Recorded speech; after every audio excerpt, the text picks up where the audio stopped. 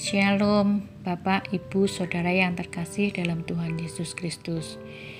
Berjumpa kembali dalam 50 hari karya kebangkitannya. Hari ini adalah hari yang ke-37. Saya Ita. Saya anak pertama dari 6 bersaudara dan perempuan satu-satunya. Bapak dan ibu saya dari keluarga non-Kristen awal mulanya. Waktu kecil saya ikutan sekolah minggu yang jaraknya lumayan jauh untuk anak seusia saya pada waktu itu. Saya ikut kegiatan paduan suara dan drama, yang mana setiap pada latihan ibu saya yang selalu mengantar. Dari yang hanya sekedar mengantar, akhirnya ibu saya memutuskan untuk ikut katekisasi dan menerima Tuhan Yesus. Beberapa tahun kemudian, bapak saya juga memutuskan untuk menerima Tuhan Yesus. Kehidupan kami sehari-hari biasa-biasa saja, malah bisa dibilang sulit. Singkat cerita, setelah lulus SMA, saya langsung bekerja pada perusahaan swasta, hingga saya menikah beberapa tahun kemudian. Disinilah titik balik kehidupan saya dimulai. Dalam pernikahan saya dikaruniai 2 orang anak. Pada usia pernikahan saya yang ke-10, suami saya mulai berubah, sering tidak pulang, yang pada awalnya saya tidak tahu, dan ternyata dia telah membangun rumah yang lain untuk pulang. Saya sempat memberontak pada Tuhan, tapi Tuhan memberi jawaban dengan satu buah ayat yang saya dapat dari 1 Korintus 10:13.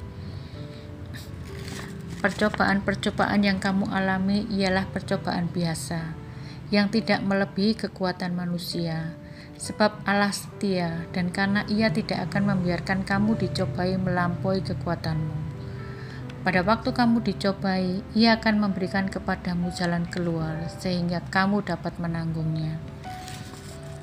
Saya percaya, akhirnya saya meyakini apa yang terjadi adalah suatu berkat Tuhan dalam bentuk yang lain untuk hidup saya, untuk membentuk iman dan percaya saya pada Tuhan Yesus yang mulai undur dan menipis. Cobaan ini hanya kerikil kecil dibanding segunung berkat yang telah Tuhan berikan buat saya. Akhirnya saya bilang sama Tuhan, kalau memang dia harus pergi, biarkan dia pergi. Saya percaya Tuhan akan menopang dan menjaga saya dan anak-anak. Saya harus membesarkan 2 anak saya sendirian. Meski tidak berlebih, Tuhan selalu mencukupkan setiap harinya.